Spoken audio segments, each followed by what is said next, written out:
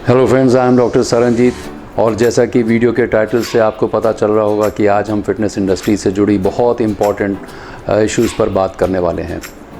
इसमें हम बात करेंगे फ़िटनेस ट्रेंड्स के बारे में, फ़िटनेस ट्रेनर्स के बारे में, फ़िटनेस कोर्सेज़ के बारे में, यूट्यूबर्स के बारे में और तमाम तरीके के मोबाइल एप्लीकेशंस के बारे में जो हेल्थ और फिटनेस से रिलेटेड हैं। तो अगर आप इस इंडस्ट्री से किसी भी तरह से जुड़े हैं और अगर आपने अभी तक मेरा चैनल सब्सक्राइब नहीं किया है तो इसे सब्सक्राइब कीजिए, जिससे कि ये इम्पोर्टेंट इन्फॉर्मेशन आप तक पहुंच सके। दोस्तों, इसमें हम सबसे पहले बात करेंगे फ़िटनेस ट्रेनर्स के बारे में। अब जैसे कि मेडिकल इंडस्ट्री में बोला जाता है कि India is the country of 135 crore doctors, यानी कि अगर आप किसी भी बीमारी के बारे में किसी से बात करेंगे तो वो इसका कोई ना कोई इलाज आपको ज़रूर बता देगा। उसी तरह से फ़िटनेस इंडस्ट्री में बोला जाता है कि India is a country of 135 crore fitness trainers. जी हाँ, अगर आप अपनी फ़िटनेस के बारे में किसी से भी बात करेंगे तो वो कोई ना कोई फ़िटनेस टिप आपको ज़रूर दे देगा, भले ही फ़िटनेस से उसका दूर दूर तक कोई नाता भी ना हो। हालांकि कई बार इस तरीके की फ़िटनेस टिप्स उनकी काम भी आ जाती हैं और भले ही उनका कोई साइंटिफिक बैकग्राउंड हो या ना हो, लेकिन आज इस वीडियो में हम आपको यही बताने जा रहे हैं कि ये कितना सही है और कितना गलत है। तो इसको जानने से पहले मैं आपको कुछ और चीज़ें बताना चाहूँगा कि ज़्यादातर लोग जो जिम या हेल्थ क्लब ज्वाइन करते हैं उनके कुछ ख़ास मोटिव्स होते हैं। उनमें सबसे ज़्यादा लोग ऐसे होते हैं जो अपना वेट लूज़ करना चाहते हैं, या कुछ लोग होते हैं जो मसल बिल्डिंग या बॉडी बिल्डिंग करना चाहते हैं। कुछ लोग जिम ज्वाइन करते हैं ब्लड प्रेशर या ब्लड शुगर को कंट्रोल करने के लिए, या फिर कुछ स्पोर्ट्स परफॉर्मेंस अपना इम्प्रूव करने के लिए किसी स्पेसिफिक स्पोर्ट में जिम या हेल्थ क्लब्स को ज्वाइन करते हैं।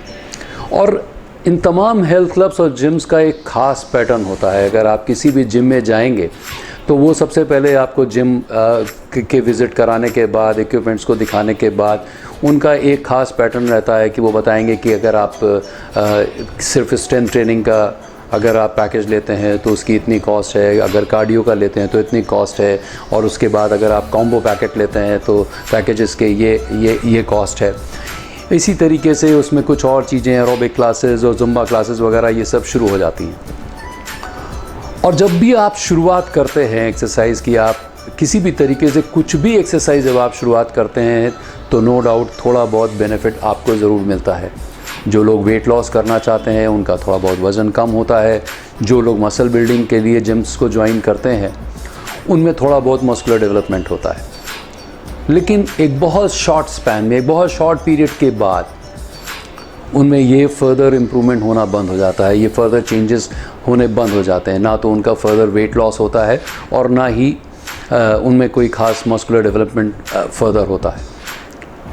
दरअसल आप किसी भी तरीके की एक्सरसाइज करें, किसी भी जिम में जाकर के एक्सरसाइज करें, किसी भी ट्रेनर के अंडर में एक्सरसाइज करें, आप अपने घर पर रहकर एक्सरसाइज करें, या फिर किसी भी बिना किसी ट्रेनर के एक्सरसाइज करें, उन सभी तरीके की एक्सरसाइजेस से हमें थोड़ा बहुत फ़ायदा ज़रूर होता है। और शुरुआत के दिनों में मिलने वाले इस फ़ायदे के बाद जब फर्दर इम्प्रूवमेंट नहीं होता है तो ज़्यादातर ट्रेनीज़ डीमोटिवेट होकर के हेल्थ क्लब्स या जिम्स को छोड़ देते हैं। और हालांकि उसके बाद भी कुछ लोग, कुछ एंथुसियास्ट ऐसे होते हैं, वो अपनी एक्सरसाइजेस को कंटिन्यू करते हैं, और उस कंडीशन में वो ज़्यादातर केसेस में वो अपने आप को ओवर ट्रेन करना शुरू कर देते हैं, यानी कि वो ज़रूरत से ज़्यादा एक्सरसाइज करना शुरू कर देते हैं। और इस कंडीशन में उनमें इंजरीज़ के चांसेस बढ़ जाते हैं। और इससे ज़्यादा बुरा तो तब होता है जब उनके ट्रेनर्स फर्दर वेट लॉस के लिए या मसल बिल्डिंग के लिए ड्रग्स रिकमेंड करना शुरू कर देते हैं, जिनके तमाम तरीके के फिजियोलॉजिकल और साइकोलॉजिकल साइड इफ़ेक्ट्स होते हैं। दोस्तों, फिटनेस ट्रेनिंग एक बहुत साइंटिफिक प्रोसेस है, और इसको समझने के लिए पहले हमें एक प्रिंसिपल को समझना होगा। और वो प्रिंसिपल है, जो प्रिंसिपल हर जगह एप्लीकेबल होता है, और वो प्रिंसिपल है प्रिंसिपल ऑफ इंडिविजुअल डिफरेंसेस। यानी कि हम सबका जेनेटिक ब्लूप्रिंट अलग अलग है, हम सबकी वीकनेसेस और स्ट्रेंथ्स अलग अलग हैं, हम सबका फिटनेस लेवल अलग अलग है, और हमें उसी के अकॉर्डिंग ही अपना एक ट्रेनिंग और न्यूट्रिशन प्रोग्राम बनाना चाहिए। और इसको जानने के लिए कि हमारा फिटनेस लेवल क्या है, कुछ खास तरीके के हेल्थ और फिटनेस असेसमेंट्स ज़रूर होने चाहिए। जी हाँ, ये वही असेसमेंट्स हैं जो मेरे YouTube चैनल के ज़्यादातर वीडियोस में शुरुआत में जिनकी एक स्क्रीन आती है जिसमें मैंने इन फिटनेस असेसमेंट्स के बारे में बताया है। इन असेसमेंट से ही हमें आपकी स्ट्रेंथ्स और वीकनेसेस का पता चलता है और इससे एक इंडिविजुअलाइज और कस्टमाइज ट्रेनिंग और न्यूट्रिशन प्रोग्राम बनाया जा सकता है। और फिर एक ख़ास पीरियड के बाद आपके रीअसेसमेंट्स होते हैं और आपके चेंजेस को फिर से असेस करके आपके ट्रेनिंग प्रोग्राम और आपके न्यूट्रिशन प्रोग्राम में चेंजेस किए जाते हैं जिससे कि आप ऑप्टिमल फिटनेस लेवल अचीव कर सकें। इससे आप कभी भी डीमोटिवेट नहीं होते हैं और फिटनेस आपकी लाइफस्टाइल का एक हिस्सा बन जाता है।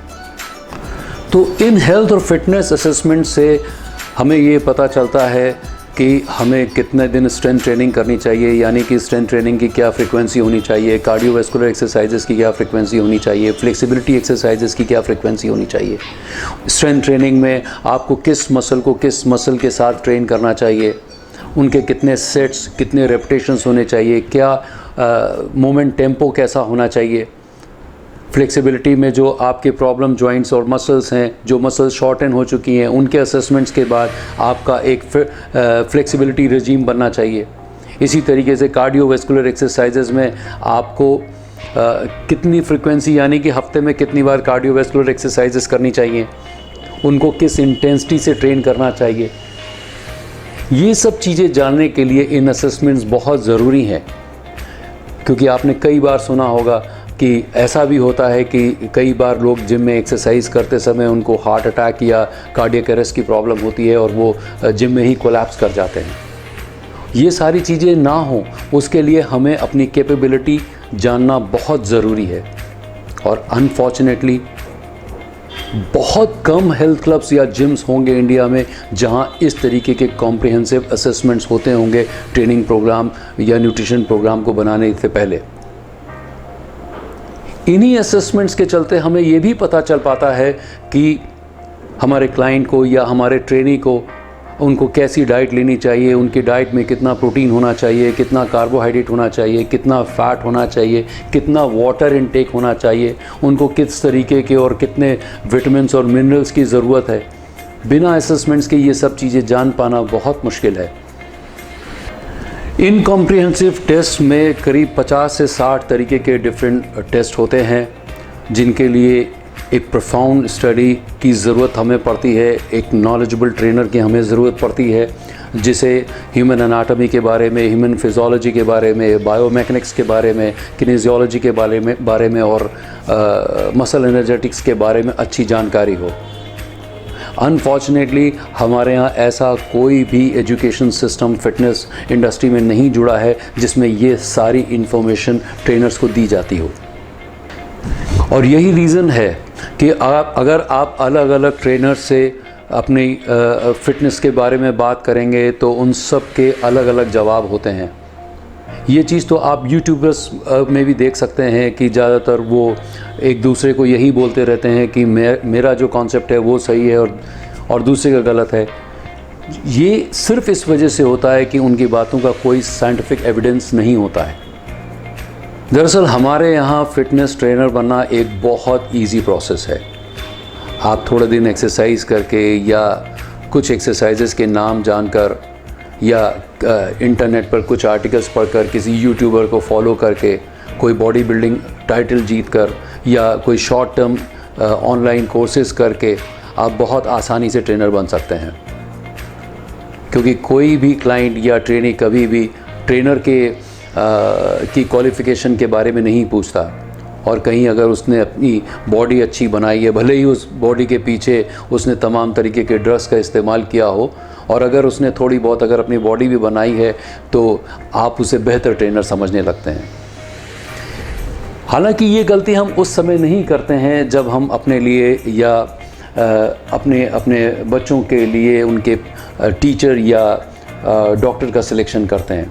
उस कंडीशन में हम डॉक्टर या टीचर की पूरी क्वालिफ़िकेशन चेक करते हैं या किसी प्रॉपर रिकमेंडेशन के बाद ही हम उनके पास जाते हैं।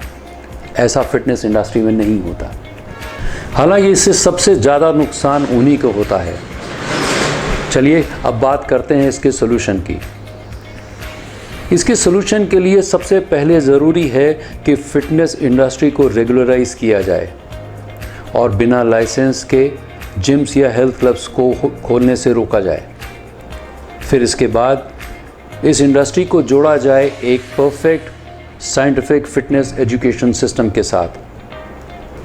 हालांकि इसके लिए हमारे कंट्री में पहले से कुछ फ़िज़िकल एजुकेशन के कॉलेजेस ज़रूर चल रहे हैं, लेकिन उनमें भी अब कुछ चेंजेस की ज़रूरत है, क्योंकि वो कॉलेजेस ज़्यादातर स्पोर्ट्स ओरिएंटेड कॉलेजेस हैं और वो जिम ओरिएंटेड कॉलेजेस नहीं हैं।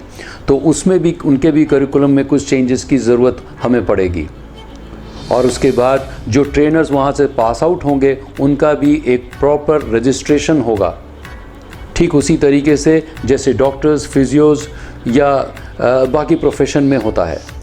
अगर हम ऐसा करने में कामयाब होते हैं तो भविष्य में हम अच्छी हेल्थ और फिटनेस सर्विसेज दे पाएंगे, फिट इंडिया भी सक्सेसफुल होगा, इसके साथ साथ एक अच्छा रेवेन्यू भी जनरेट होगा, जिससे इस इंडस्ट्री से जुड़े हुए सभी प्रोफेशनल्स को फ़ायदा होगा। दोस्तों, अगर आपको ये वीडियो अच्छा लगा हो तो आप मेरे चैनल को ज़रूर सब्सक्राइब कीजिए। मैं आने वाले समय में इस तरीके के और भी वीडियोज़ बनाऊँगा और बहुत इम्पॉर्टेंट इश्यूज़ पे जानकारी दूँगा। Thank you.